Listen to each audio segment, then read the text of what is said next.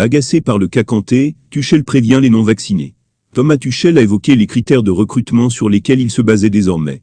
Le parcours vaccinal des candidats est pour lui capital. Thomas Tuchel en a visiblement plus qu'assez. Alors que l'entraîneur allemand et son équipe de Chelsea se sont envolés pour les États-Unis, à l'occasion de leur tournée américaine de pré-saison, plusieurs éléments ont été laissés à la maison pour une cause bien précise. N'Golo Kanté et Ruben Loftus-Cheek n'ont ainsi pas pris part au voyage, du fait du statut de leur parcours vaccinal incompatible, avec les règles sanitaires en vigueur au pays de l'oncle Sam.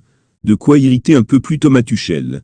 L'ancien tacticien du Paris Saint-Germain a d'ailleurs livré sa réflexion sur le sujet et sur les conséquences de ce type de situation et sur la nécessité désormais pour les recruteurs de prendre en compte ce fameux statut vaccinal. Oui, il le faut, a dit déclaré face aux médias dans des propos rapportés par le Daily Mail. C'est une décision tout à fait normale de se faire vacciner. Le média rappelle également le fait que Thomas Tuchel a déclaré qu'il réfléchirait à 2 fois avant de recruter des joueurs non vaccinés. Difficile pour les agents. Une situation pas facile, puisque Kanté et Loftus-Cheek ne sont pas des exceptions. À Manchester City, De Johnston et Phil Foden se sont par exemple retrouvés dans le même cas, et ont eux aussi été priés de rester en Angleterre ces derniers jours, tandis que leurs coéquipiers vaccinés s'envolaient vers les États-Unis. Du côté de la sélection anglaise, Gareth Southgate a déjà prévenu qu'il pourrait priver de Mondial 2022 ceux dont le parcours vaccinal ne serait pas complet. De leur côté, et comme le relaye le média anglais, les agents de joueurs confirment que de plus en plus de managers perdent tout intérêt pour leurs clients, dès lors qu'il s'avère que ces derniers n'ont pas été vaccinés. Plus de 2 ans après son apparition, le Covid-19 reste toujours bien présent dans l'actualité du ballon rond.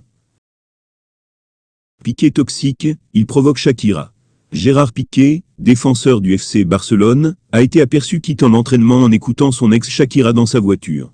La vidéo a été mise en ligne en début de semaine par l'utilisateur de TikTok @carmona.23. On peut entendre un spectateur crier Veia Tomaso, ce qui signifie quelle belle chanson. La chanson en question est Invitable, tirée du 4e album de Shakira, Donde están los ladrones? Où sont les voleurs? Fermez les parenthèses.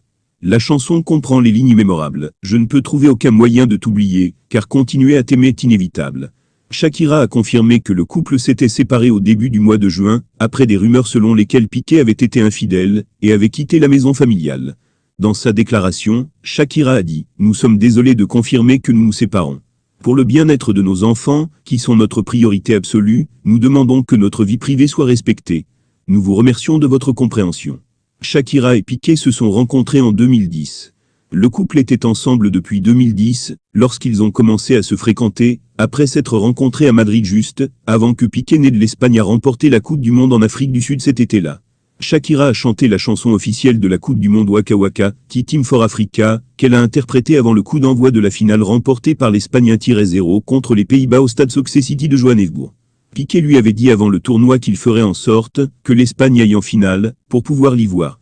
Je lui ai dit que je la verrais en finale, a-t-il déclaré dans une interview en 2016. Elle allait se produire lors de la cérémonie de clôture, et j'étais certain que nous irions jusque-là.